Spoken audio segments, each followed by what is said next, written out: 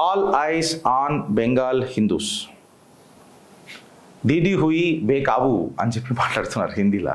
దీదీ హుయి బేకాబు and all eyes on Bengal. Mamata Banerjee ఇవాళ భారతదేశానికి ఒక పెద్ద థ్రెట్టా? కరెక్ట్గా చెప్తే ఈమె గురించి భారతదేశం ఇవాళ భయపడాలనా అనంటే, భారతావనాన్ని దృష్టిలో పెట్టుకుంటే, మమతా బెనర్జీ చేస్తున్న రాజకీయాలను దృష్టిలో పెట్టుకుంటే భయపడాల్సిన అవసరం ఎంతుందో అని చెప్పి మనం ఆలోచిస్తుంటే కూడా అక్కడ ఉన్న బెంగాల్లో ఉన్న హిందువులను మాత్రం భయభ్రాంతులకు గురి చేస్తుంది. ఖచ్చితంగా ఈమె మీద భద్రతా చర్యలు తీసుకోవాలా. ఎందుకంటే దేశాన్ని విభజించి పాలించాలన్న ఈమె ఐడియాలజీ చాలా దారుణాలకు దారితీస్తుంది. ఎందుకంటే వెనుకటికి ఏ ప్రభుత్వాలు ఉండనో పక్కకు పెడితే కాశ్మీరీ పండితులకు జరిగిన ఘోరాతి ఘోరమైన ఆ ఘటన, నిన్నగాక మొన్న ముర్షిదాబాద్లో జరిగిన సంఘటన ఏ హిందూ మరవద్దు కూడా. కట్ చేసి అసలు ఇది ఏంది లొల్లి, ఈ బెంగాల్లో ఈ పంచాయతీ ఏంది, ఈ బెంగాల్లోనే ఎందుకు ఈ పంచాయతీ అవుతున్నది అని చెప్పి ఇలా మనం ఆలోచిస్తే, వెస్ట్ బెంగాల్ పోస్ట్ ఇండిపెండెన్స్ తర్వాత కూడా, ఇండిపెండెన్స్ కంటే ముందు పోస్ట్ ఇండిపెండెన్స్ తర్వాత కూడా రక్త చరిత్ర, రక్తపాతం ఈడ అనుక్షణం క్షణక్షణం ఒక విషబీజాలు నాటిండ్రు. 1960s నుంచి, ఈ రోజటి నుంచి కాదు, 1960s నుంచి విషబీజాలు నాటే బెంగాల్ని పెంచి పెద్దగా చేసి పోషించిండ్రు. ఒక సముద్రపు అలల కంటే ఎక్కువ వచ్చి ఇట్లా మన కెరటాలు ఇట్లా వచ్చి తాకుతాయి కదా, మన ఒడ్డుకొచ్చి దాటుతాయి కదా కెరటాలు, అట్లా ఎంతోమంది అలల లెక్క హిందూ రెఫ్యూజీలు వచ్చి ఈస్ట్ పాకిస్తాన్ నుంచి కంప్లీట్గా ఈ కమ్యూనల్ రైట్స్ ఎక్సెట్రా ఎక్సెట్రా, ఇక మీరు దంగలు అనుకోండి, రేపులు అనుకోండి, మర్డర్లు అనుకోండి, ప్రాపర్టీ లూట్ అనుకోండి, వాళ్ళు అనుభవించిన, బెంగాల్ హిందువులు, బంగ్లాదేశ్ హిందువులు అనుభవించని, అనుభూతి పొందని అట్లాంటి దుర్ఘటనలు లేవు. అన్ని అనుభవించారు పాపం. అందులో రైతులు ఉన్నారు, భూస్వాములు ఉన్నారు, డాక్టర్లు ఉన్నారు, ప్రొఫెసర్లు ఉన్నారు, స్కూల్ టీచర్లు ఉన్నారు, పిల్లలు ఉన్నారు, పామరులు ఉన్నారు, మహిళలు ఉన్నారు, వృద్ధులు ఉన్నారు, యువకులు ఉన్నారు. ఒక్క పైసా లేకుండా కూడా ఇవాళ బ్రోకెన్ ఫ్యామిలీస్ లెక్క లోపలికి వచ్చి బెంగాల్లో సెటిల్ అయినారు. ఈ రెఫ్యూజీస్ అందరూ మళ్ళీ వాళ్ళ జిందగీని ఎట్లా అంటే మళ్ళీ స్టార్ట్ చేసారు, స్క్రాచ్ నుంచి అంటాం కదా, స్క్రాచ్ నుంచి స్టార్ట్ చేసారు. ఏం లేకుండే, రూపాయి కోడి లేకుండా వచ్చారు. వచ్చిన తర్వాత వీళ్ళు ఎట్లయిపోయారనంటే వీళ్ళ మనసులలో ఒకటి కూర్చుండిపోయింది. ఈ జిహాదీ ఇన్హ్యూమన్ వైలెన్స్ వల్ల, ఈ మరణకాండ చూసి వాళ్ళకు ఒక ఘోరాతి ఘోరమైన ఫీలింగ్స్ అనేది గట్టిగా కూర్చుండిపోయినాయి ఈ జిహాదీ వైలెన్స్ వల్ల. అందుకే వాళ్ళు కమ్యూనిస్టులు అయిపోయినారు. కమ్యూనిస్టులు ఎందుకు అయిపోయారనంటే ఈ ఇన్స్పిరేషన్ అనేది మావో జెడాంగ్ నుంచి వచ్చింది వాళ్ళకి. ఎట్లా, chairman of the communist party of China ఆయన ఏమన్నాడు, ఒక స్లోగన్ ఇచ్చిండు. ఏమన్నాడు, నీకు బలం రావాలనంటే అది గన్ యొక్క బ్యారెల్తోనే వస్తుంది, లేకపోతే రాదు అనన్న ఈ మాట, మావో జెడాంగ్ మాట, నీకు బలం అనేది, పవర్ అనేది గన్ యొక్క బ్యారెల్ నుంచి వస్తుంది అనన్న ఈ మాట వాళ్ళను బాగా ఇన్స్పైర్ చేసింది బెంగాల్ వాళ్ళను. కరెక్టే కదా, మా మీద ఇంత పెద్ద అసలు ఇన్హ్యూమన్ దాడులు జరిగినాయి, అసలు మానవ మనుగడలని ఇంత పెద్ద దాడులు జరగలే, మా మీద అంత జరిగినాయి, ఇప్పటికీ జరుగుతూనే ఉన్నాయి. సో మేము కమ్యూనిస్టు వాదం తీసుకుంటాం, గన్తోనే సమాధానం చెప్తామని చెప్పి తీసుకున్నారు.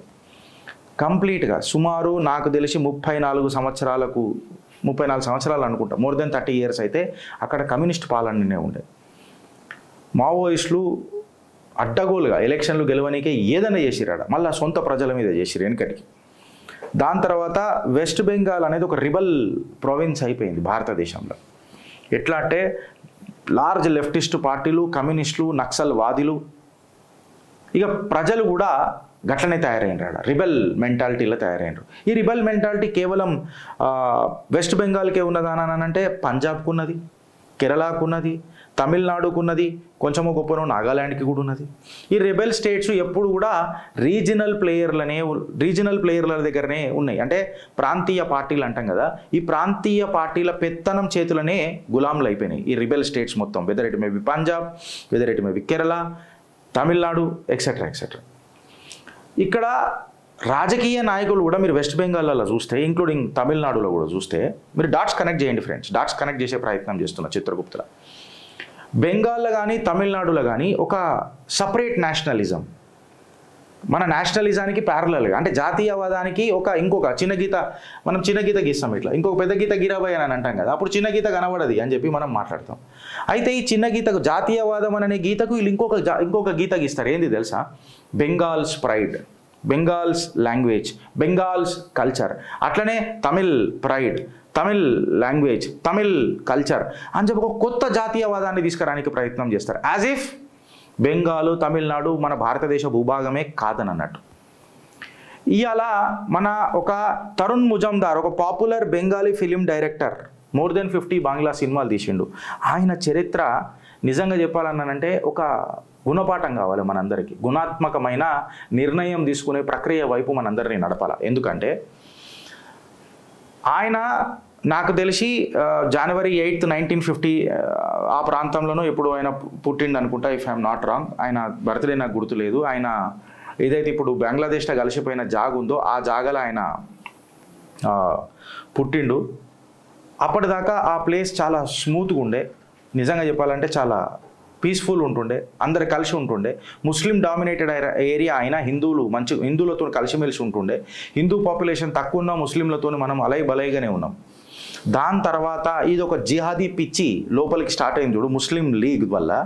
ఏందని అంటే పాకిస్తాన్, ఇండియా లాగా విడిపోవాలా, ముస్లింలు ఎక్సెట్రా మనం విడిపోవాలని within no time complete complete పట్టణం ఏదైతే ఉండనో అల్లా కల్లోలం అయిపోయింది, అగ్నికి ఆహుతి అయిపోయింది. అగ్నితో నలికి పాడేసారు ఈ ముస్లింలు హిందువులను ఊచకోత కోస్తూ. హిందువులను మేకలు కోసినట్టు కోసిపాడేసారు, మేకలను కోసినట్టు కోసిపాడేసారు. అప్పుడు తరుణ్ మజుందార్ ఎంతోమంది తన రిలేటివ్లను కోల్పోయినారు. ఆయన కూడా ఎస్కేప్ అయ్యి వెస్ట్ బెంగాల్కి వచ్చిండు. ఇక ఆయన చరిత్ర మనకు ఫిలిం డైరెక్టర్ వరకు నేను చెప్పిన కాబట్టి, ఆయన రీసెంట్గా మరణించినప్పుడు కూడా 92 years ఆఫ్ ఏజ్లో ఆయన మరణించిండ్రు. ఆయన మరణించిన తర్వాత ఆయన లాస్ట్ విష్ ఏంటంటే ఆయన బాడీని కూడా ఈ కమ్యూనిస్టు మన రెడ్ ఫ్లాగ్ల ర్యాప్ చేసి ఆయన ఛాతి మీద రవీంద్రనాథ్ ఠాగూర్ రాసిన బుక్కు ఆయన ఛాతి మీద ఉండాలా అని చెప్పి ఆయన చివరి కోరిక. అంటే ఈ రిబల్ మెంటాలిటీ, అంటే అలా మనసులలో ఆ గాయాలు ఇంకా మారలే. ఇప్పటికీ బెంగాల్లో నివసిస్తున్న ప్రజలకు వాళ్ళ తాతల నుంచి, వాళ్ళ తండ్రుల నుంచి, ఇప్పుడు వాళ్ళ పిల్లల నుంచి, వాళ్ళకు పుట్టిన పిల్లలకు కూడా ఈ రిబల్ మెంటాలిటీ అనేది వస్తూనే ఉన్నది. ఎందుకు చెప్పాలన్నా, మారింది ఏడ బెంగాల్. మారదామని అనుకునే తరుణంలో వాళ్ళని ఖతం చేసిరు కదా. మలాం పెడతామన్న సమయంలో మర్హం దొరకకుండా మర్హం గయే అని అన్నట్టు వాళ్ళు కవితలు రాసుకున్నారు కదా. అయితే ఈడ సీన్ ఏమైందంటే, ఇప్పుడు రవీంద్రనాథ్ ఠాగూర్ బుక్ ఛాతి మీద పెట్టుకోవడం అనేది ఓకే ఫైన్, బట్ ఈ రెడ్ ఫ్లాగ్ ఏదైతే ర్యాప్ చేసి చచ్చిపోవాలని అంటారు, ఈ లాజిక్ ఇప్పటిదాకా ఎవరికి అర్థం కాలే. వీళ్ళకు కమ్యూనిస్టులు ఏం చేసిరు అని అనేది వాళ్ళు కూడా ఏం తెలియదు. ఏమనంటే గనికి పూజ చేసిరు వాళ్ళకి అంతే. ఏదైతే లార్జ్ నెంబర్ ఆఫ్ హిందూస్ని ఎవరినైతే అక్కడ నుంచి తరమేయబడ్డారో ఈస్ట్ పాకిస్తాన్ నుంచి ఎక్సెట్రా పార్టీషన్ తర్వాత అన్ని ఇడిచిపెట్టుకొని వచ్చి వాళ్ళు ఫ్రస్ట్రేటెడ్ అయ్యారు. ఈ రెవల్యూషనరీ కమ్యూనిస్టులకు వాళ్ళు గులాంలు అయ్యారు. కమ్యూనిజం ఏదో ఒక వాళ్ళకు దారి చూపిస్తుంది అన్న ఒక చిన్న ఆశ చిగురించింది. కాకపోతే ఇలా ఆశ అడియాశలు అయ్యే మిగిలిపోయింది. ఈ స్టోరీ ఎందుకు ఇంపార్టెంట్ అనంటే, east Bengal or east Pakistan or Bangladesh ఇవాళ మళ్ళా అదే విభజించి పాలన హిందువులు ముస్లింలను ఊచకోత కోస్తున్న మమతా బెనర్జీ హిందువుల పట్ల ఇవాళ సీఎం మమతా బెనర్జీ కూడా అదే పరిపాలన అందిస్తుంది. నిజంగా చెప్పాలనంటే యాక్చువల్ జిన్నా వారసులు కూడా ఇంత బలంగా వాళ్ళ ఐడియాలజీని దింపరొచ్చు, కానీ మమతా బెనర్జీ మాత్రము జిన్నా ఐడియాలజీ ఏడ ఉన్న జిన్నా నిజంగా చెప్పాలనంటే ఆనందమయమవుతాడు. ఆనంద బాష్పాలతోని మమతా బెనర్జీని దీవిస్తాడొచ్చు. నేను అడుగుతున్నా, ఇవాళ వెస్ట్ బెంగాల్లో కావాల్సింది సానుభూతి కాదు, వెస్ట్ బెంగాల్లో కావాల్సింది ప్రెసిడెంట్ రూల్ కాదు. ఈ బెంగాల్ని మూడు భాగాలుగా విభజించి ఏదైతే వీళ్ళు బార్డర్ స్టేట్లలో చేస్తున్న తాండ ఉన్నదో దాన్ని ఒక ఉగ్ర రూపంతోని కింద పాతాళానికి తొక్కి బూటుతోని అణిగిదొక్కితేనే ఈ ప్రాబ్లంకి మనకు సొల్యూషన్ దొరుకుతుంది. ఇట్లాంటి పరిపాలన భారతదేశంలో ఎవరన్నా అందజేస్తారు అని అంటే ఆశా చిగురు అటు దట్ మ్యాటర్ ఆశా జ్యోతులు ఇద్దరే. ఒకటి దేశ్ కా ఉపయోగి యోగి ఆదిత్యనాథ్, ఇంకొకటి మన అస్సాం ముఖ్యమంత్రి హేమంత్ బిస్వా. సో నేనేమంటానంటే, ఇక వెస్ట్ బెంగాల్లో ఇట్లాంటి కొంచెం కట్టర్ పరిపాలన వస్తే తప్ప వెస్ట్ బెంగాల్ చేతికి రాదు. ఎందుకంటే మొన్న కాశ్మీరీ జెనోసైడ్, ఇవాళ Bengal exodus of Murshidabad. Place మారింది, డేట్ మారింది, గంతే. ఆలోచన విధం అబ్సల్యూట్గా సేమ్. నమాజ్ చదవాలా, తర్వాత దంగే పస్లే చేయాలా, దాని తర్వాత కాఫీర్ తుమ్ ఇదర్ సే నికల్ జవాన్ అనాలి. ఈవెన్ అంబులెన్స్లు కూడా వదిలే. అక్కడున్న ముస్లిం షాప్స్ ఏం తగలబడలే. ప్యాటర్న్ చూడుండ్రి.